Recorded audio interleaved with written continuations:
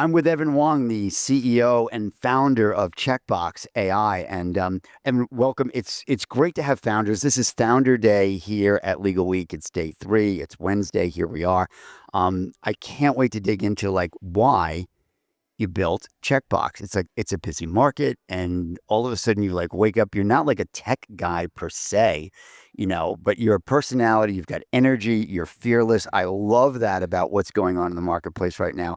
Kick us right off and dive in. Why did you build Checkbox? Well, first of all, thanks for having me, David. Excited to be here. Why do we start Checkbox? Well, if you think about it, legal departments have access to all these different types of technologies, from CLM to e-billing. Now there's all these AI contract review tools that are coming up. But if you think about the missing piece of cornerstone technology for legal departments, it's really their operating system. Right? If I ask you the question, sales teams have Salesforce or HubSpot, the CRM. IT teams have ITSM like ServiceNow. What is that for legal? Right? There's no answer for that. There's no answer for that. Exactly.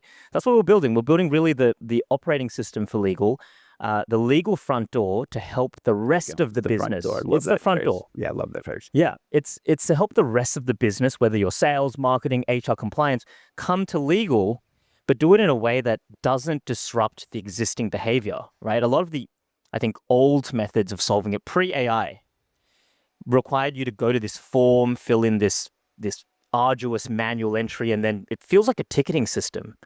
And legal doesn't want to become an IT ticketing system. And so how do we embed AI inside email, Slack, Teams, Salesforce, the places that the business works, and automatically convert their requests into, actionable items for the legal department? Give us a little bit of the hero's journey and the why and the who. So who's the first sort of suspect prospect customer that you begin to have a conversation with that helps you to get Checkbox to where it is today? Who were the first couple? Were they general counsel, corporate counsel, heads of litigation? Who were the first adopters, the early adopters, or the co-conspirators, if you will, to this legal front door?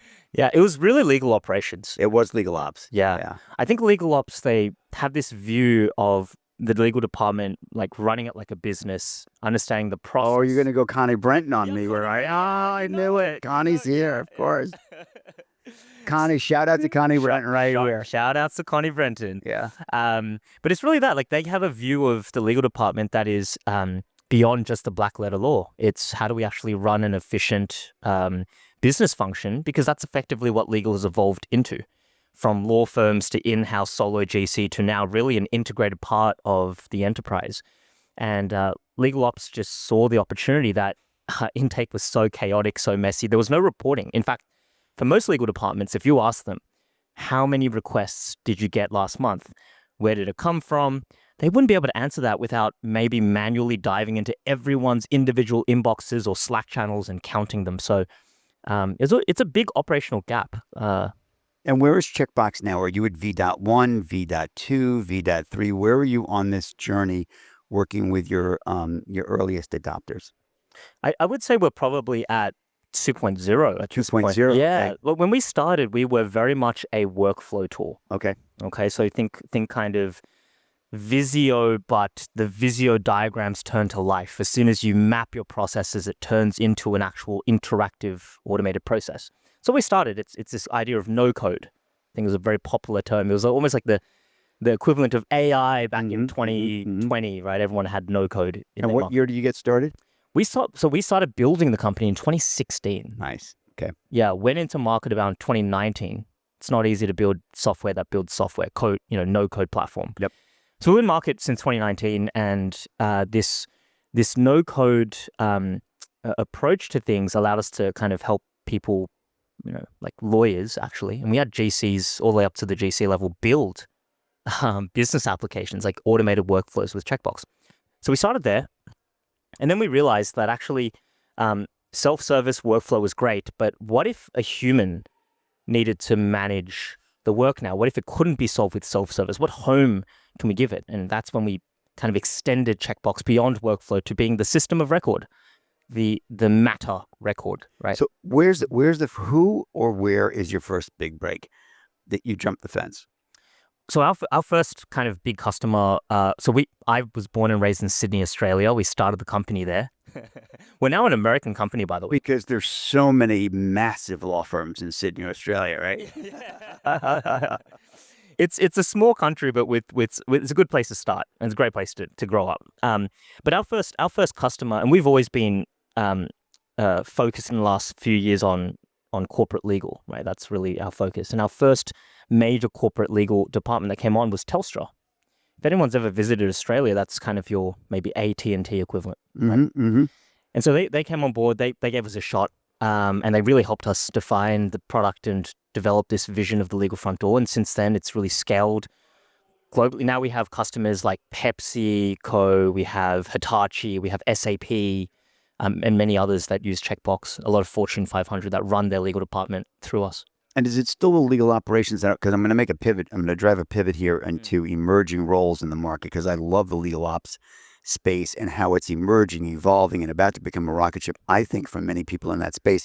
But is that still the early contact for you? If they're in legal ops and they have to define the process and establish the process, that's a really good starting point for you? It's still a very good starting point. General counsels as well. It depends on the size of the organization. We tend to find that if you go bigger and bigger, the general counsel probably has an altitude of work that they're looking at. But if you get to kind of emerging enterprise, small enterprise, we might have the general counsel reach out directly, because it's them who truly want the visibility across. Well, they're running the business of law. Exactly. Fantastic. Yeah. Let's talk a little bit about what you're seeing in legal operations. I'll share mine, and then you share yours, and see how they parallel and intersect. I'm seeing this legal operations role emerge, right? Not all legal ops, right? Depends whether you've got 1 year or 3 or 5 or 10, and whether you've got the business chops and the legal chops and the project management chops and the savvy to it. But if you do, if you're at the top of the pyramid in legal ops, I think the next stop is what I'm calling the legal CXO, right? And that legal CXO could be the legal chief of staff, the legal chief operating officer, the legal chief strategy officer. Legal ops is going from legal ops to business ops. And it's a chief role that's required, because the GC, he or she, is emerging up and evolving up into things that were never their remit before. It's tariffs, it's regulations, it's babysitting and or calming the board down. It's all kinds of net new responsibilities. What are you seeing in terms of that? There's a gap, and that legal ops are filling up into a chief role. I do agree with that sentiment, because I think there is too much scope and context and expertise that's required of a single person. Like, there's no way the GC can be on top of all the regulatory impact that's constantly evolving, all the technology and AI and privacy and data. Oh my God, it's crazy.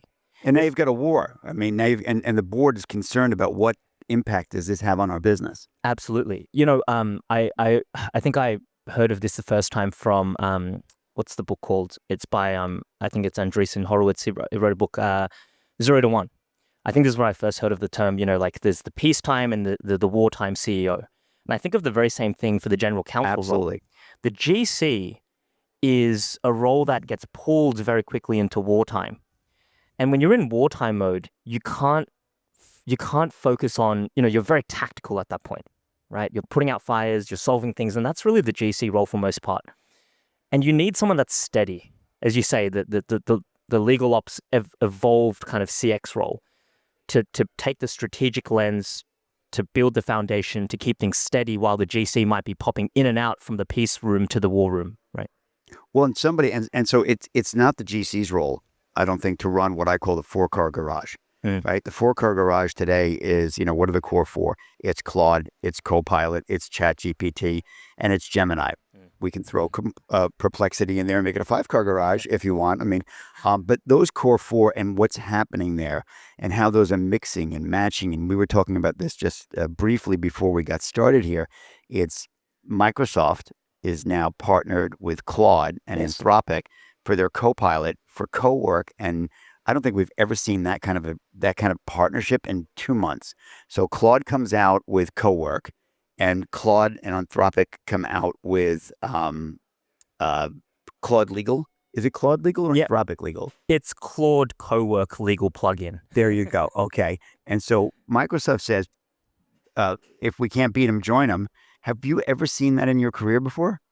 You know, it's in the same era, yes, but in the same era. I mean, Microsoft's quite clever. I think they were quick to partner with OpenAI, if you remember, about 2 years ago. That's right. Right? Well, huge investment. They were. Yes, absolutely. And so they're quite good. I think they've got a keen eye on knowing what they're good at and the capabilities that they probably need to partner with. And it's a good lesson actually for everyone who's building in this space, which is really thinking about what is your competitive advantage. You can't build everything for everyone. So where do you want to be good and where do you need to partner? And I think we're going to see a lot more partnerships happening in this space moving forward. Well, and that brings us back to where I wanted to go because I didn't want to lose the thread, which is the GC has bigger fish to fry, if you will. And so here's legal ops and or business ops going, okay, let me keep my finger on the pulse here of what's happening with tools and technology. And what I'm trying to figure out is the Sweet 16. So here's your 4-car garage and the core 4. And then an e-discovery, which is still a significant and meaningful part of litigation and corporate, which is, it's relativity and Everlaw and Reveal and Disco and, whoever else is coming up behind in that. And then you've got Clio and then you've got LexisNexis. And like, who's keeping track of all of this? It used to be the GC. Yeah. But he or she is really moving into a wartime. I love this. It's a wartime GC. Brilliant. I hadn't heard of that before. I'm gonna use that and credit Evan Wong with that. Evan Wong from Checkbox said wartime. It's like The Godfather. Are you a movie guy? Yeah. I need a wartime consigliere. All right. I need a wartime. And Tom, you're just not a wartime consigliere. All right. So I'm going with my brother. I do think that there's something we are in a challenging. We're not 2x anymore. The speed and the rate of change. Not 2x. No, it's not. You've seen 2x. We've seen 2x, and it's not. Yeah, I mean, obviously we have investors, right? We have fantastic ones from Sequoia and Turing, and good name dropping. Yeah, good name dropping. Yeah, they tell us now. They say actually, like in today's world, 2x is they called it pedestrian. We got to be doing much more because the world's moving so quickly. So what does 5x and 10x look like for you? It's not just sales, right? So there's a revenue number, but what's adoption and or 5x and 10x look like for you? Yeah. So as you kind of build and lead a business, you realize that growth is never just actually the pointy end, which people tend to think is revenue or sales. It's really all parts of the business moving at the same pace so that no particular part becomes the bottleneck. So I kind of think of it like a cycle. You have your product development, which then drives maybe like what you can market on the marketing side, which then drives, say, your lead gen for sales to close into revenue. But then you have to have the post-sale side actually service, implement, grow, retain. And then it kind of feeds back into product. And so it's classic flywheel. Exactly.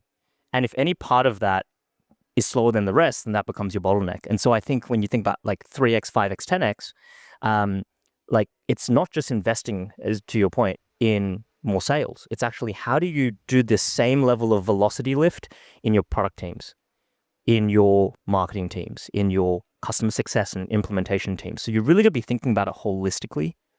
And in today's world with AI, there is a possibility. And I mean, that's where the paradigm shift is coming from. Where is this change in expectation? Well, it's being driven by what is actually possible today with technology. So we're, it's Founder Day. Wednesday is Founder Day. I saved that for the Evan Wongs of the world. What's your challenge right now? Is it people? Is it process? Is it technology? Is it the rate of change? Is it your investors? Is it just purely the unknown and the challenge of the unknown? What is the challenge that you think about? How do you frame that up for your peers and colleagues? Yeah, I think a lot of things you listed, we are quite confident in. Like, I think we have fantastic people and great investors. I think the challenge now, not just for us, but for anyone in this space, is the amount of noise. There is truly so much noise. And I'm talking about every vendor slapping on AI as a label, every new vendors popping up, old vendors reinventing themselves.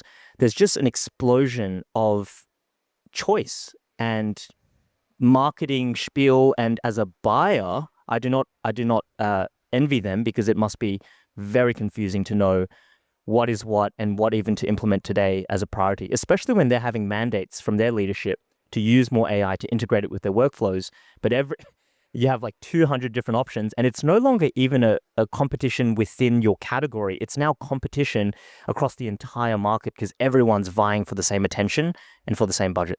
Let's frame up the market a little bit as we close out here.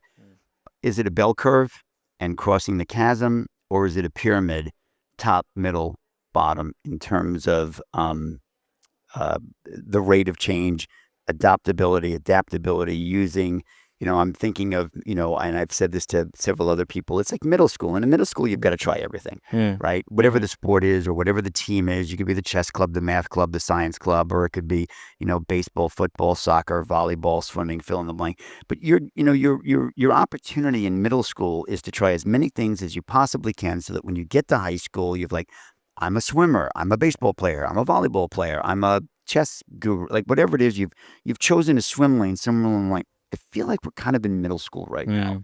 It's like, it doesn't really matter what you try as many things as you possibly can.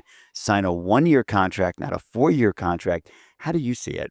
I see it exactly like that, but I would apply. So long as they sign a contract with Checkbox. Yeah, that's right. So long as you're one of the sports they try. That's right. And we wouldn't mind a 4-year contract. Yeah, there you go. No, but I think it's that with a little bit of discipline added to it, which is it's one thing. I think it's absolutely critical for everyone to be in market today to try different things, to learn about it. I think it's an education. It's a point in the market of education, not just for the buyers, but for really everybody. And the discipline that I would add to it is I would still look inward. This is still fundamental. No matter how technology has evolved over the decades and decades that technology has, you always need to start with inside your business. What problem are you trying to solve, or what business metric are you trying to move the needle on? Because otherwise, it just becomes experimentation as opposed to true implementation that will take off and really have the right tailwinds. I've been hearing that now for a year, and I don't know what to do with it, because here's what I'm thinking about that. I don't know what the problem is. I really don't. I've just got to, get dirty, get messy. What is it? What is that in kindergarten, nursery school? Get messy, take chances. Get dirty, get messy, take chances. You don't have. I went to a very different kindergarten than you did. We just listened to storybooks and slept. It's just you just have to. I don't know if people know what the problem is. I think you've got to play with it. Don't be so focused on that. I could be wrong. Then DM me if you think I am, and you know what your problem is. But I don't necessarily know. When I wake up in the morning, I know that I'm going to just try something new. Try more faster is something that I have like a little Post-it note on my desk. It says try more faster, and just removes the anxiety of being wrong. I'm like, I don't know.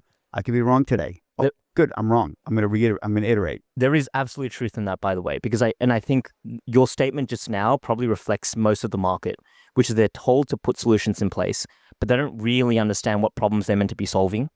And I think it is actually a bit of both. Like, you kind of need to go in market, understand what is the art of the possible today with this technology, and then still try to marry it with some sort of problem that you identify internally. I'm going to say this to you because I know you're going to get this. We'll riff on this, and then we'll see where it goes. We're not talking about a lot of money. Yeah. Whatever you're doing right now, it might seem like a lot of money, but here's what's a lot of money. Not trying is going to cost you exponentially more than trying. So whatever this is, it's a rounding error of investment right now. And that, I think, is a classic in the Fortune 500 world, in the R&D world, right? Not in the typical legal world. Like, I know this is like, these dollars are precious because there's some partner's swimming pool or whatever. But I'm like, that's not where we live anymore. It's like, these are investment dollars. And if you don't make this investment, you don't actually get to play 3 years from now. Correct.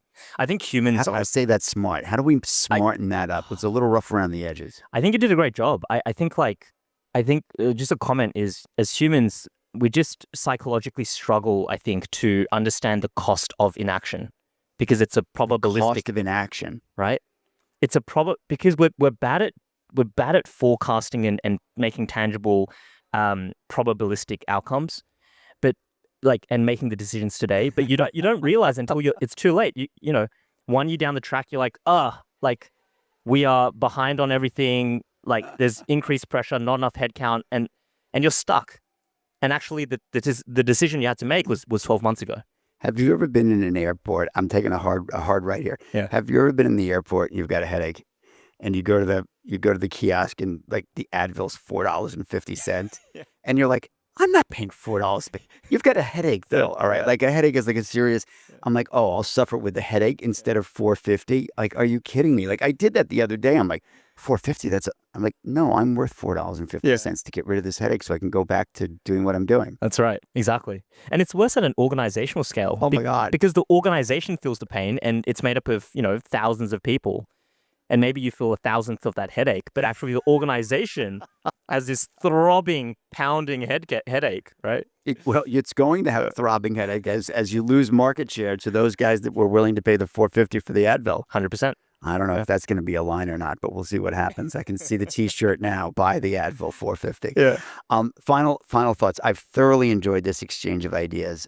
Let's get together again in 6 months. In 6 months, we'll either be Clock is in May, Solid New York is in October, ILTA's in August. Somewhere along the line, we're going to bump into each other. Perfect. We'll do another founders gig, or we can do it by Zoom.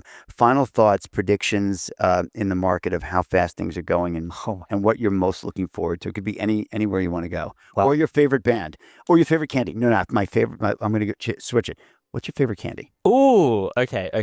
That's a better question. Who wants to predict the future? I don't want to predict the future today. Especially right now. It's evolving so quickly. You're almost guaranteed to be wrong. Yeah, you're not Sam Altman and I'm not Elon Musk. So let's do candy for 200. I'll answer the candy question, but I want to make a funny comment actually around the forecasting. The other day, someone said to me, when we were developing AI for all these years, right? We used to have this thing called the Turing test. Are you familiar with the Turing test? Of course. Yeah. And you've blazed through it, and it seems like no one cared. No one cared. Yeah. It was a thing. Yeah, it was a thing, and we've beat it, and no one made a deal out of it. That's how fast things are moving. Well, it's sort of like when you're in the back of the car, like I don't know if you grew up like this, but you're in a station wagon, you're back in the car, and it's like a 5-hour trip, or it's a 40-minute trip, or whatever. It's like, are you there? Are we there? Are we there? Are we there? Are we there? And like you finally get there, and like nobody cares that you're there. Yeah, exactly. So funny. So the candy question, there is one.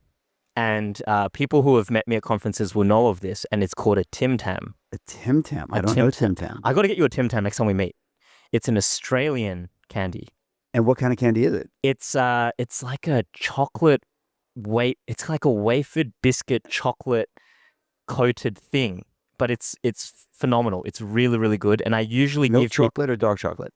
You can get either. Oh, there we go. Yeah. Are you a dark chocolate guy? Or? I'm a both. Yep. I'm ambidextrous. Yeah. Perfect. I got to get you one. They're phenomenal, and I usually have it side by side with Vegemite. So I'll give you the poison, and then I'll give you the. That's so crazy. We're having a Lucille Ball. I love Lucy moment here. So the answer for me would absolutely be Smarties. I just love that sugar crunch of Smarties. I also love Necco wafers, which are like an early Smarties, and then Sour Patch Kids. Oh yeah, Sour Patch is great. Mix them all together. I love a long distance flight, and I'll also take a red licorice wheel, put it all together in a bag, and that's my guilty pleasure from San Francisco back to Boca Raton, Florida. Love it. Evan Wong, so nice to meet you. Thank you so very much. This has been great. Love the conversation. If you enjoyed this show, be sure to give us a like and subscribe on Apple Podcasts, Spotify, or anywhere else you get your shows. And if you want to take your career from now to next, never eat alone.